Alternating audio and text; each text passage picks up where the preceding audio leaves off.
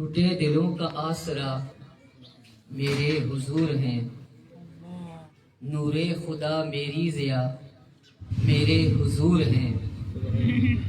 رب نے درود پاک میں رب نے درود پاک کو رکھا نماز میں، صلی علی میرے حضور ہیں۔ بابا ہے سیدہ کے حسنین کے نانا، بابا ہے سیدہ کے حسنین کے نانا، مولا علی شیر خدا کے پیشوا میرے حضور ہیں۔ میرے ہر ایک اشک کی رکھتے ہیں جو خبر، میرے ہر ایک اشک کی رکھتے ہیں جو خبر، وہ رحمتوں کی انتہا میرے حضور ہیں۔ اعوذ باللہ من الشیطان الرجیم، بسم اللہ الرحمن الرحیم، الحمدللہ رب العالمین۔ الا ان اولیاء اللہ لا خوف علیہم ولا هم یحزنون، ربی اشرح لی صدری ویسر لی امری واحلل عقدۃ من لسانی یفقہوا قولی، صدق اللہ العلی العظیم۔ عاجز گناہگار بندے نے جو آپ کے سامنے قرآن پاک کی آیت مقدسہ تلاوت کی ہے، اللہ رب العزت سے دعا ہے کہ وہ پاک ذات عاجز کو صحیح مفہوم بیان کرنے کی، آپ سب کو سننے کی، ہم سب کو اس پر عمل کرنے کی توفیق عطا فرمائے۔ ربیع الثانی کا مہینہ ہے اور حضرت محبوب سبحانی قطب ربانی غوث حمدانی رحمۃ اللہ تعالی علیہ سے اس مہینے کی نسبت بھی ہے۔ چند باتیں کروں گا اور بڑی کام کی باتیں ہوں گی انشاءاللہ۔ اگر توجہ کے ساتھ ہمت انگوش ہو کر سنیں گے تو میری بات نہیں ہے، اللہ کا پاک کلام ہے۔ اللہ فرماتا ہے جب میرا قرآن پاک بیان کیا جا رہا ہو تو پوری توجہ کے ساتھ سنو، تاکہ میں تم پہ اپنی رحمت نازل فرماؤں۔ اور انشاءاللہ دل کے کانوں سے سنیں گے تو اٹھنے سے پہلے دل ضرور بدل جائے گا۔ اللہ کا پاک کلام خبردار، یہ جو خبردار کا لفظ ہے یہ آپ نے اکثر ٹرانسفارمر کے اوپر دیکھا بھی ہوگا، ایسے کراس سا بنا ہوا ہوتا ہے اور لکھا ہوتا ہے خطرہ 440 واٹ۔ اس کا مطلب کیا ہے کہ یہ ایک خطرے کی گھنٹی ہے، اگر اس حد کو تم نے پار کی تو پھر تمہاری زندگی کی کوئی گارنٹی نہیں ہے، اس لیے اس پہ لکھ دیا خبردار۔ اور جب قرآن میں اللہ پاک کسی چیز کے لیے خبردار فرما دے تو پھر مومنین کو چاہیے کہ ان کے دل ڈر جائیں اور ہمت انگوش ہو کے سنیں یہ کس چیز سے ڈرایا جا رہا ہے۔ اللہ پاک فرماتا ہے خبردار، میرے اولیاء اللہ نہ ہی ان پہ کوئی خوف ہے اور نہ ہی انہیں کوئی ڈر ہے۔ یا اللہ، دنیا میں کوئی انسان ایسا نہیں ہے جسے کوئی خوف نہ ہو۔ کسی کو بیمار ہونے کا خوف ہے، کسی کو بیماری میں مرنے کا خوف ہے، کوئی امیر ہے تو اسے لٹ جانے کا خوف ہے، کوئی غریب ہے فاقے سے مر رہا ہے تو اسے ان فاقوں سے مر جانے کا خوف ہے، بچے ہیں ان کا الگ خوف ہے، بڑے ہیں ان کا الگ خوف ہے، عورتیں ہیں ان کو الگ مسئلے مسائل ہیں، مرد ہیں ان کے اپنے مسئلے مسائل ہیں۔ غرض یہ کہ ہر بندہ کسی نہ کسی مسئلے میں، کسی نہ کسی پریشانی میں الجھا ہے، اس خوف میں مبتلا ہے۔ یا اللہ، پھر یہ آپ کن لوگوں کا ذکر کر رہے ہیں جن پہ نہ کوئی خوف ہے اور نہ کوئی غم؟ اللہ نے قرآن پاک میں حضرت اقبال رحمۃ اللہ علیہ فرماتے ہیں صالحین کا لفظ جو آیا قرآن میں، اللہ نے فرمایا اپنے اولیاء کی شان میں۔ اس کا مطلب یہ ہے، شارحین فرماتے ہیں کہ یہ وہ نفوس ہیں، تین طرح کے طبقے ہیں اولیاء کے۔ پہلا، جنہیں عالم ارواح میں اللہ نے اپنی معرفت سے نواز دیا، یہ اللہ کے برگزیدہ پیغمبر، رسول اور انبیاء ہیں۔ شارحین فرماتے ہیں یہ پیدائشی نبی ہوتے ہیں، دنیا میں آنے کے بعد نبی نہیں ہوتے، یہ عالم ارواح سے ہی نبی ہوتے ہیں، ان کا خمیر ہی نبیوں والا بنایا جاتا ہے۔ پھر آپ فرماتے ہیں کہ دوسری کیٹیگری جو ماں کے پیٹ میں ہوتا ہے تو اللہ اسے مادر پدر اللہ کا ولی بنا دیتا ہے، اور اس کی مثال حضرت پیران پیر شیخ عبد القادر جیلانی رحمۃ اللہ علیہ، حضرت بختیار کاکی رحمۃ اللہ علیہ اور کئی ایسے اولیاء کرام ہیں کہ آپ پیدائشی ولی اور پیدائشی حافظ قرآن تھے۔ پھر تیسری کیٹیگری آپ فرماتے ہیں حضرت امام غزالی رحمت اللہ علیہ کہ ایک شخص دنیا میں آیا، زندگی کے ڈھنگ گزار رہا ہے، پتہ نہیں، کسی اللہ والے کی صحبت میسر آ گئی، کسی کامل ولی کی صحبت میں چلا گیا، اس کے درس میں بیٹھا تو دل بدلنے لگا، تزکیہ نفس ہونے لگا، تزکیہ قلب ہونے لگا، اور اللہ اس صحبت کی برکت سے اسے ولی بنا دیتا ہے۔ حجت الاسلام حضرت امام غزالی رحمت اللہ علیہ آپ فرماتے ہیں 3 طریقے کار ہیں، 2 اللہ کے ولی بننے کے، ایک اجمالاً ہے اور ایک تفصیلاً ہے۔ آپ فرماتے ہیں تفصیلاً اتنا دشوار راستہ کہ پہلے مجاہدے کرائے جائیں گے، روزے رکھوائے جائیں گے، ہزار نفل کرائے جائیں گے، جب یہ اپنے تقوی میں کامیاب ہو جائے گا وہ اللہ کا ولی اسے اس قابل سمجھے گا، اسے دل کے ذکر کی نعمت دے دے گا اور کہے گا جاؤ اب اللہ کا ذکر اس کو بانٹو۔ لیکن آپ فرماتے ہیں یہ اتنا مشکل اور دشوار راستہ ہے کہ اس پہ اس بات کی امید نہیں کہ یہ اس لیول تک پہنچے گا۔ آپ فرماتے ہیں دوسرا راستہ اجمالاً، اللہ کے بے شمار لوگ اسی راستے سے اللہ کے ولی بنے۔ آپ فرماتے ہیں کسی سے اللہ کے لیے محبت کر لو۔ یہ محبت کیا ہے؟ مولا علی شیر خدا رضی اللہ تعالیٰ عنہ ممبر رسول پہ بیٹھے ہیں اور آپ فرماتے ہیں لوگوں، فرائض کی ادائیگی کے بعد میں تمہیں نصیحت کرتا ہوں کہ صف اول جو کام کرو کسی سے اللہ کے لیے محبت کر لو، کسی نیک بندے سے، کسی صالح بندے سے اللہ کے لیے محبت کرو، اس سے دوستی کر لو، کیونکہ حدیث پاک ہے کہ انسان اپنے دوست کے دین پہ ہوتا ہے۔ تو لوگوں نے کہا یا امیر المومنین یہ کیا اتنا ضروری کام ہے؟ آپ فرماتے ہیں کہ میں نے نبی پاک صلی اللہ علیہ وآلہ وسلم کو فرماتے ہو سنا، روزے محشر جب میزان لگے گا، جنتی جنت میں چلے جائیں گے، دوزخی دوزخ میں چلے جائیں گے، تو جو اہل دوزخ ہوں گے وہ ایسے سر اٹھا کے اہل جنت کو دیکھیں گے۔ دنیا میں وہ جس اللہ والے سے، نیک صالح بندے سے محبت کرتے تھے، کسی نے پیران پیر شیخ عبد القادر جیلانی رحمت اللہ علیہ کی صحبت کی، کسی نے بختیار کاکی رحمت اللہ علیہ کی صحبت کی، کسی نے نظام الدین اولیاء رحمت اللہ علیہ کی صحبت کی، کسی نے کسی اللہ کے ولی کی صحبت کی، یہ اس کو پکاریں گے۔ وہ اللہ کے نیک بندے، وہ اللہ کے صالح بندے ان کی طرف متوجہ ہوں گے اور ان سے پوچھیں گے کیوں پکارتے ہو؟ کہیں گے حضرت یاد کریں دنیا میں جو آپ ذکر کا حلقہ، جو محفل ذکر سجاتے تھے، ہم بھی اس ذکر میں آ کے آپ بیٹھا کرتے تھے اور ہم دنیا میں آپ سے اللہ کے لیے محبت کرتے تھے، ہماری کوئی دنیاوی لالچ نہیں تھی، کوئی غرض نہیں تھی۔ آپ اللہ اس کے رسول علیہ السلام کی تعلیمات دیتے، ہم سنتے تھے، یہ ہماری بد نصیبی کہ ہم اس پر عمل نہ کر سکے، لیکن ہم دنیا میں آپ سے اللہ کے لیے محبت کرتے تھے۔ یہ حدیث پاک بیان کر رہا ہوں کہ کسی نے کسی نیک صالح بندے کو پانی پلایا ہوگا، کھانا کھلایا ہوگا، قیامت والے دن وہ نیک صالح بندہ اسے ہاتھ سے پکڑ کے جنت میں لے جائے۔ یہ اللہ کی رحمت ہے۔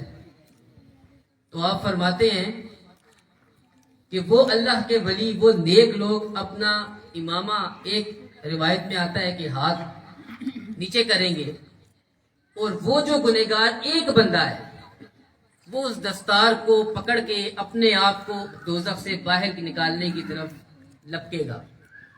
اس کو دوسرا دوست بھی دیکھے گا، وہ اس کی ٹانگ پکڑے گا، اس کو تیسرا دیکھے گا، وہ اس کی ٹانگ پکڑے گا، کرتے کرتے کرتے ہزاروں کی تعداد میں یہ دوزخ سے نکل کے جنت کے دروازے پہ پہنچ جائے۔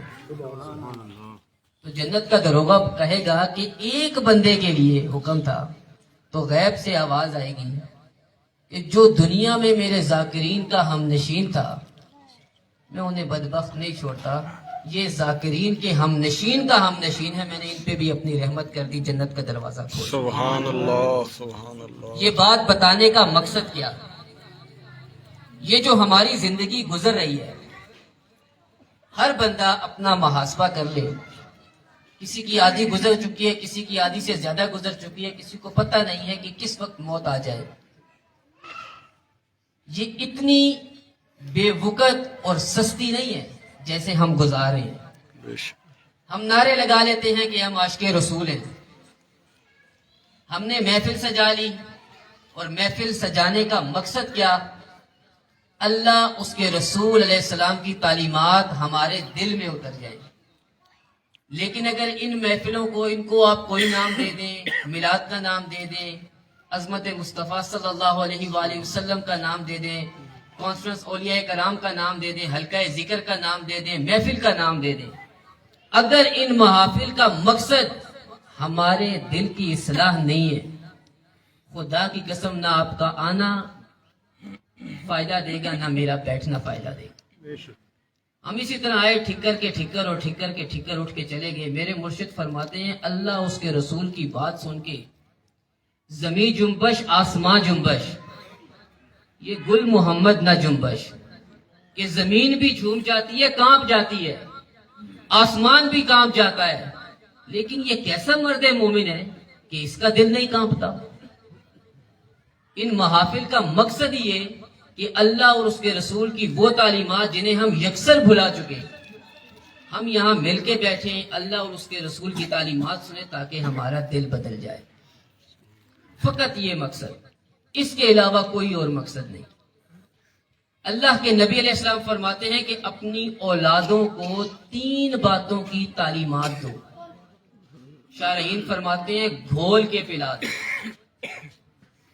آپ مجھے بتائیں، میں ایک دکاندار کے پاس جاؤں اور اسے کہوں مجھے 10 کلو چینی دے دو، اس کے پاس چینی نہ ہو، کیا وہ مجھے چینی دے سکتا ہے؟ وہ کہے گا بھائی میرے پاس نہیں ہے، جا کے کہیں اور سے لے لو. اگر اللہ اور اس کے رسول علیہ السلام کی محبت میرے اور آپ کے سینوں میں نہیں ہے، خدا کی قسم ہم اپنی اولاد کو نہیں دے سکتے، ہم ایک اچھا معاشرہ تخلیق نہیں پا سکتے. اللہ کے نبی علیہ السلام نے فرمایا کہ اپنی اولاد کو 3 باتوں سکھا دو. پہلی چیز، مجھ محمد صلی اللہ علیہ وسلم کی محبت ان کے سینوں میں ڈال دو. میں آپ سے سوال کرتا ہوں، حدیث پاک بیان کر رہا ہوں، اپنے پاس سے بات نہیں کی. حضور فرماتے ہیں مومن ہی نہیں ہو سکتا جب تک اپنی جان، اپنی مال، اپنی اولاد سے بڑھ کے مجھ سے محبت نہ کرے. آج جس پرفتن دور کے اندر ہم ہیں، سیاست کے پیچھے ہم لوگ بھاگتے ہیں، ہر بندہ کسی نہ کسی پارٹی سے جڑا ہے، یہ جانتے ہوئے مانتے ہوئے کہ ان کے اندر کتنے نقائص ہیں، لیکن اس کے باوجود ہم ان کا دامن نہیں چھوڑتے. اور ہماری ذلت کی انتہا یہ کہ کفر ہمیشہ سے ایک ہی چیز کے پیچھے پڑا کہ حضرت اقبال نے اس بات کی طرف اشارہ کیا، یہ فاقہ کش جو موت سے ڈرتے نہیں ذرا، روح محمدی ان کے جسم سے کھینچ لو. صرف ایک ہی چاہت ان کی رہی کہ ان پہ غلبہ پانا ہے تو ان سے لڑ کے نہیں پا سکتے، ان کے دلوں میں جو حضور علیہ السلام کی محبت ہے اس کو کھینچ لو. آج آپ دیکھ لیں کہ ہمارے ہی سروں پہ بیٹھے ہوئے حکمران جا کے گستاخان رسولوں کے ساتھ بیٹھتے ہیں، سیلفیاں بھی بنا رہے ہیں، تصویریں بھی بنا رہے ہیں، ضیافتیں بھی کھا رہے ہیں. کوئی کس انداز میں، کوئی صحابہ کی گستاخی میں لگ گیا، کوئی اہل بیت کی گستاخیوں میں لگا ہوا ہے، کوئی حضور کی شان کو کم کرنے میں لگا ہوا ہے. یہ کیا وجہ ہے؟ حضور علیہ السلام کی ذات کو نشانہ کیوں بنایا جاتا ہے؟ کیونکہ مسلمان کا مرکز نبی علیہ السلام کی ذات ہے. جب اس میں فساد پیدا ہو جائے گا، پورے اسلام میں، مسلمانوں میں فساد پیدا ہو جائے گا. اسی لیے آپ کی ذات پاک کو نشانہ بنایا جاتا ہے. کہیں نور بشر کے جھگڑے ہو رہے ہیں، کہیں میلاد منانے نہ منانے کے جھگڑے ہو رہے ہیں. دنیا کفر جو ہے وہ نبی علیہ السلام کی گستاخیوں میں لگی ہوئی ہے، اور ہم ابھی تک انہی مسئلوں سے نہیں نکل سکے. یہی وہ چاہتے ہیں، اور ہم اسی ڈگر کے اوپر، اسی نہج کے اوپر آ جا کے کھڑے ہو گئے. تو پہلی چیز نبی علیہ السلام کی محبت. بزرگ فرماتے ہیں محبت لفظوں سے بیان نہیں ہوتی، یہ عمل مانگتی ہے. جب حضرت ابوبکر صدیق رضی اللہ تعالیٰ عنہ کے سامنے اسلام پیش کیا گیا نا، تردد بھی نہیں کیا، فوراً اسلام لے کر آئے اور پوچھا یا رسول اللہ میرے لیے کیا حکم ہے؟ آپ علیہ السلام نے فرمایا کہ اب وہ کرو جو تمہارا نبی کرتا ہے. صحابہ آتے یا رسول اللہ بیعت ہو جاتے, اسلام قبول کر لیتے. یا رسول اللہ ہم آپ سے محبت کرتے ہیں, ہم کیا کریں؟ اللہ کے نبی اسلام فرماتے ہیں جو تمہارا رسول کرے وہ تم کرو. آج 1 منٹ کے لیے صبح کی جب ہماری آنکھ کھلتی ہے اور جب ہم رات کو اپنے بستر پر جاتے ہیں, ہر بندہ اپنی ذات کو دیکھے, میرے اندر دین اسلام کتنا ہے. اس پورے 24 گھنٹے کے اندر میرے اندر جو حضور کی محبت ہے وہ کتنی ہے. محبت کا تقاضا یہ ہے کہ جو اللہ اس کے رسول علیہ السلام نے فرما دیا, میرے شیخ فرماتے ہیں کہ اب اپنی عقل کے گھوڑے دورانا بند, تابعداری شروع. اسی میں دنیا اور آخرت کی بھلائی ہے.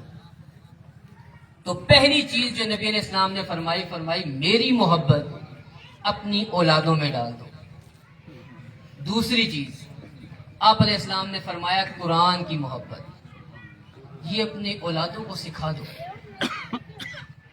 آج ہم گھروں میں کتنا قرآن روزانہ کھولتے ہیں, کتنی دفعہ ہاتھ لگاتے ہیں.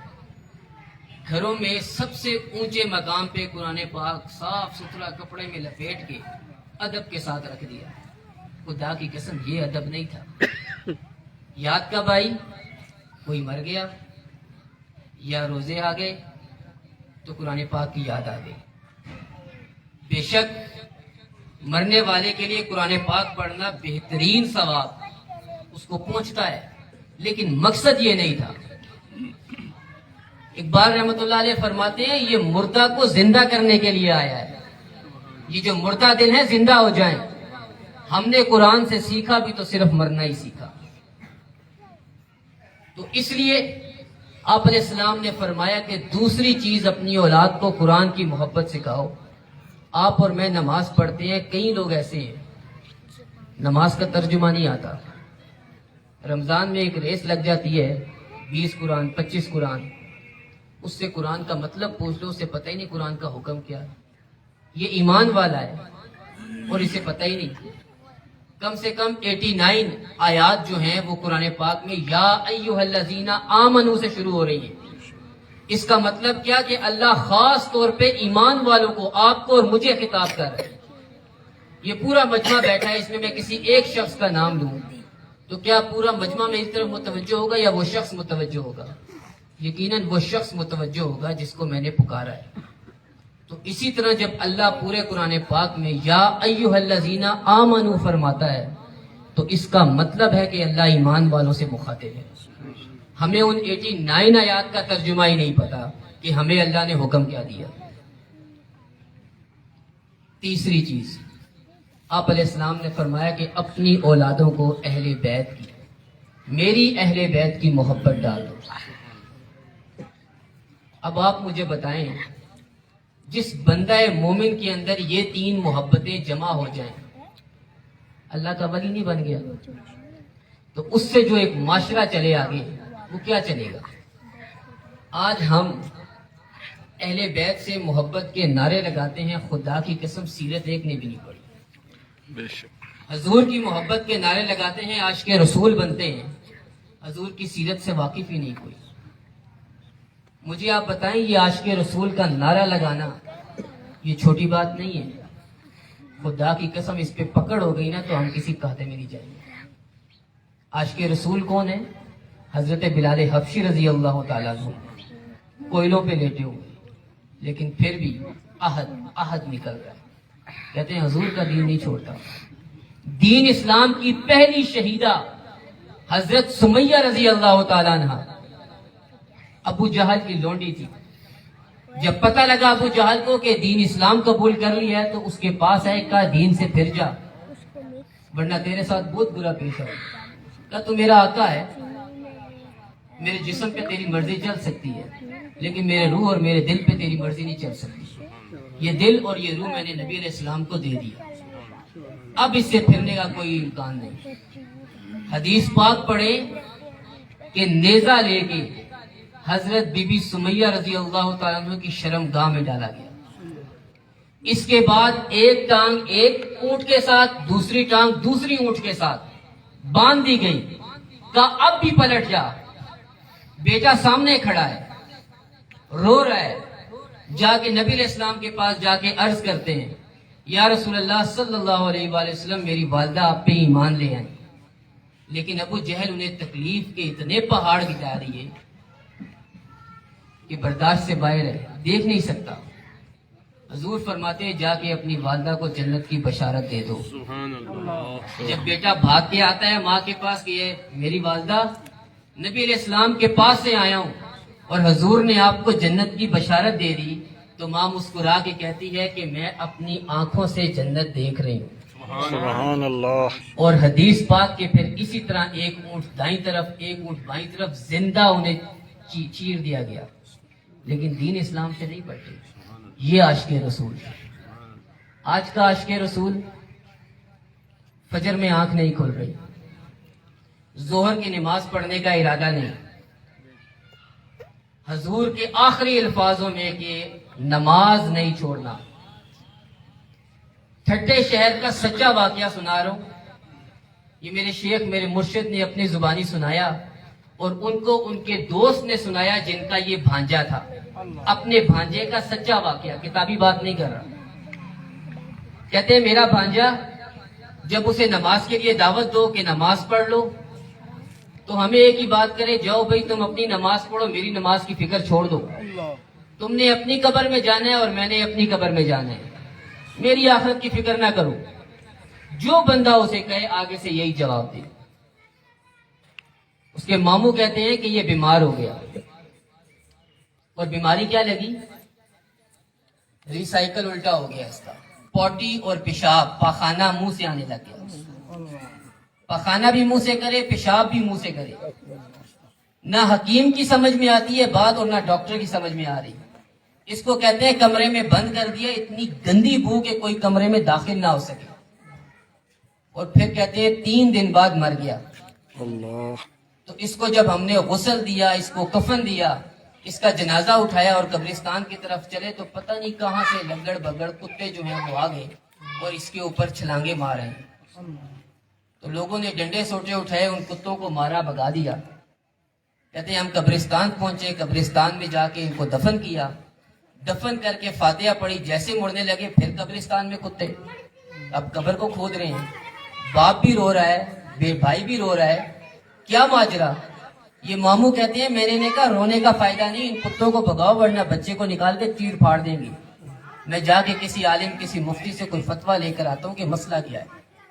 کہتے ہیں قبرستان کے بعد منسلک ایک مسجد تھی، وہاں ایک شیخ الحدیث تھے، ان کے پاس گیا، جا کے سارا مسئلہ بیان کیا تو انہوں نے فتویٰ لکھ کے دیا کہ بھائی اللہ کچھ دکھانا چاہتا ہے، قبر کو دوبارہ کھولو۔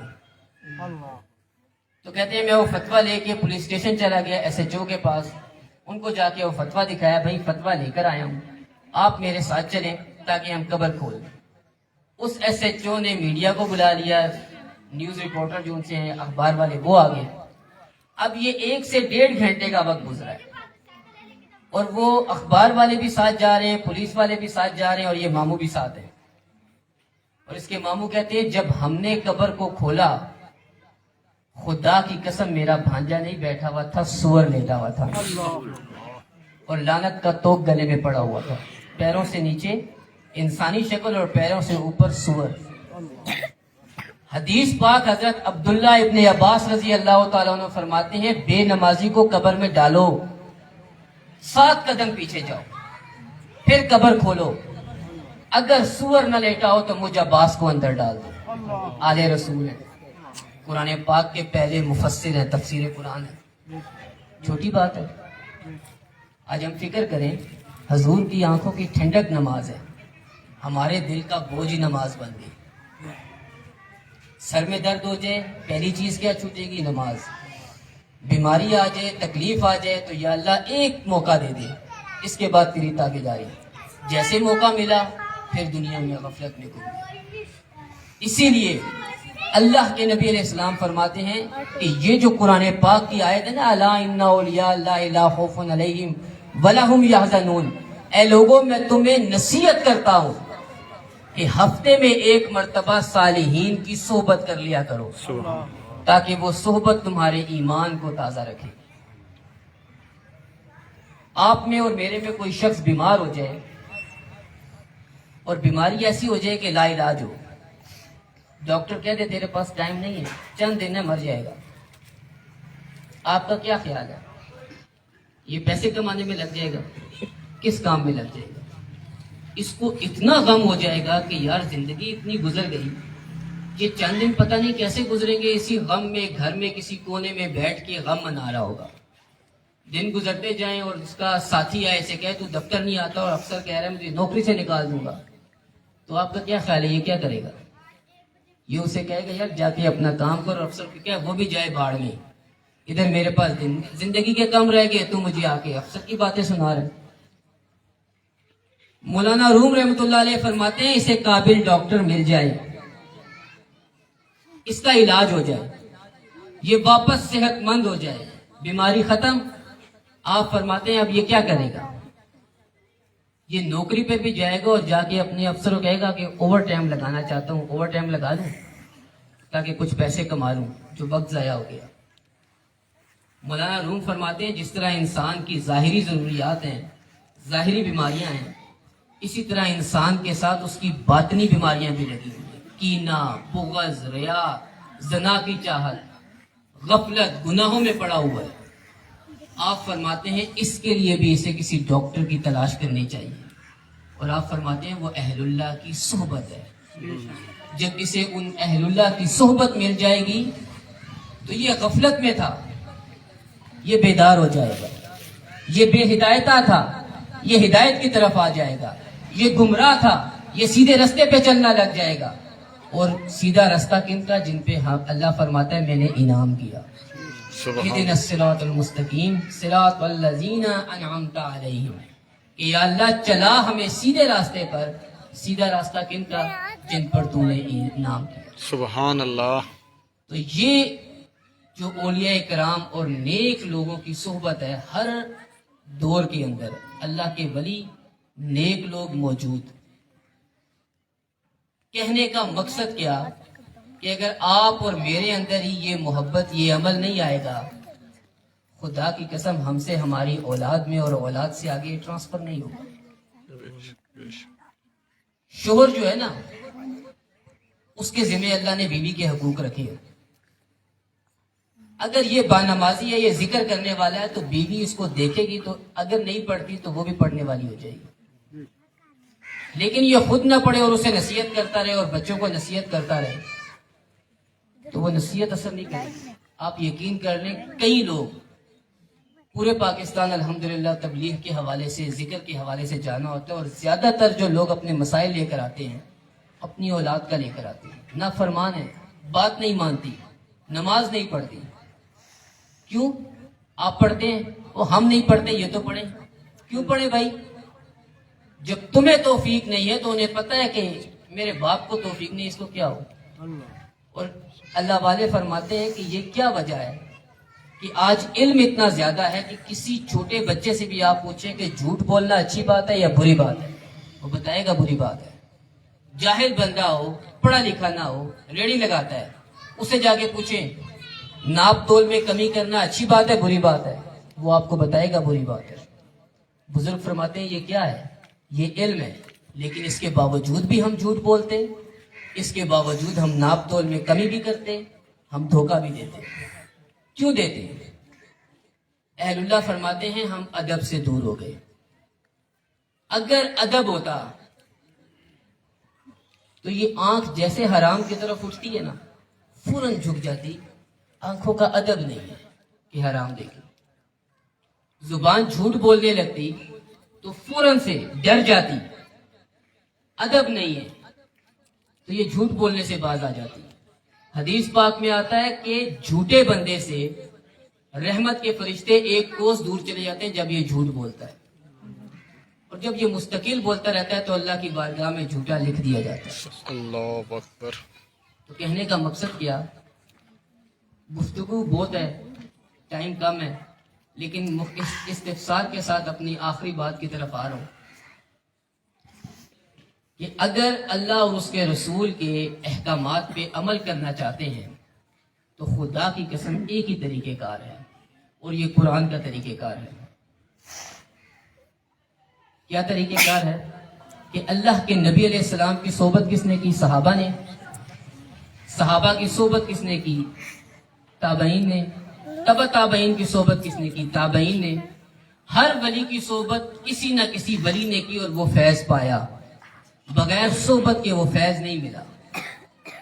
یہ قرآن کا اسلوب ہے اور یہی طریقہ کار ہے کہ کم سے کم ہفتے میں ایک مرتبہ نیک لوگوں کی، صالحین کی صحبت میں جا کے بیٹھ جایا کرے. انشاءاللہ تعالی العزیز جب یہ روٹین بن جائے گی تو اللہ پاک آہستہ آہستہ دل بدلنے لگ جائے گا. الحمدللہ آپ کی اوپر جامعہ مسجد المصطفیٰ کے اندر ہم لوگوں نے ایک ترتیب شروع کی ہے. عشاء کی نماز کے بعد صرف 10 منٹ کا درس قرآن و حدیث ہوتا ہے. تو عشاء کی نماز بھی وہاں پڑھیں اور 10 منٹ کے لیے بیٹھ جائیں. انشاءاللہ اللہ آپ کا دل بدل دے گا. علم ہوگا تو عمل کریں گے, علم نہیں ہوگا تو عمل نہیں کر سکتے. نماز ادا کرنی ہے پتہ ہے, لیکن اگر نماز کا علم نہیں ہے, اس کی شرائط کیا ہے, اس کی واجبات کیا ہے, کن چیزوں سے نماز ٹوٹتی ہے, کن چیزوں سے سجدہ سہو واجب ہوتا ہے, نہیں پتا, نماز ادا نہیں ہو سکتی. جا کے کر رہے ہوں گے تو وہ صرف ٹھونگے لگا رہے ہیں, نماز نہیں ہے. اور حدیث پاک کہ جس نے نماز کا مذاق اڑایا, بے ترتیب پڑھی, یہ اوپر کالے کپڑے میں لپیٹ کے منہ پہ مار دی جاتی ہے. تو علم کے بغیر عمل نہیں ہے. عمل ہوگا تو اللہ صحبت کی برکت سے اخلاص بھی دے دے گا. جیسے امام غزالی رحمۃ اللہ علیہ نے آخری بات کر رہا ہوں کہ آپ نے فرمایا کسی اللہ والے کی صحبت میں جا کے بیٹھ جایا کرو, جب وہ قرآن و حدیث بیان کریں گے تو تمہیں آخرت کی یاد آ جائے گی. جب تم ان کی عمل کو دیکھو گے تو تم سے آخرت کی تیاری شروع ہو جائے گی.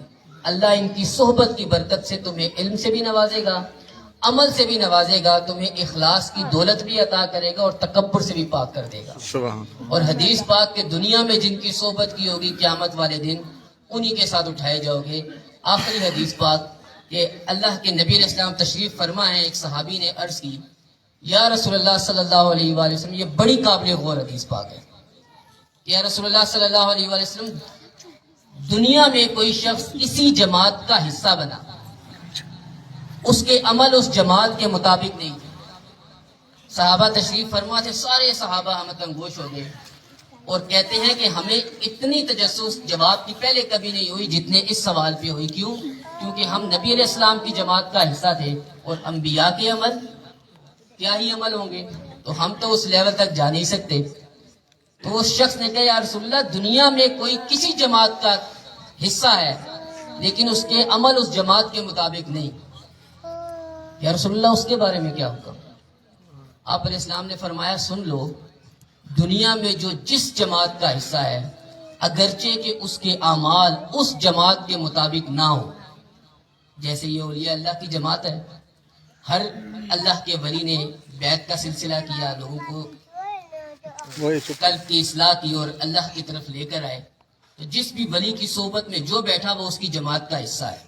اب مریدین کا اپنے شیخ اپنے مرشد اگر وہ اللہ کے ولی ہیں, کامل ہیں, اس لیول تک ان کا عمل نہیں ہے, لیکن یہ اس جماعت کا حصہ ہے, ذکر میں جاتا ہے, بیٹھتا ہے, اللہ اس کے رسول کی بات سنتا ہے, اس پہ دین کا رنگ چڑھ رہا ہے, کم سے کم 5 وقت کی نماز پڑھ رہا ہے, غفلت ہو رہی ہے پھر لوٹ رہا ہے. تو اللہ کے نبی علیہ السلام فرماتے ہیں قیامت کے دن بغیر حساب کتاب کے اس شخص کو اٹھا کے اس جماعت میں شامل کر کے جنت میں داخل کر دیا. اور یہ حدیث پاک اتنی بڑی انڈیکیشن ہے ہمارے لیے کہ آپ اور میں دیکھ لیں کہ ہم دنیا میں کس قسم کی جماعت کا حصہ ہیں. اولیاء اللہ نیک لوگوں کی, ذکر کرنے والوں کی, یا شرابیوں کی, بھنگیوں کی, پوٹلیوں کی, زانیوں کی, کس قسم کے لوگوں کے ساتھ ہمارے تعلقات ہیں. جیسا ہمارا دوست ہوگا, جیسے ہمارے تعلقات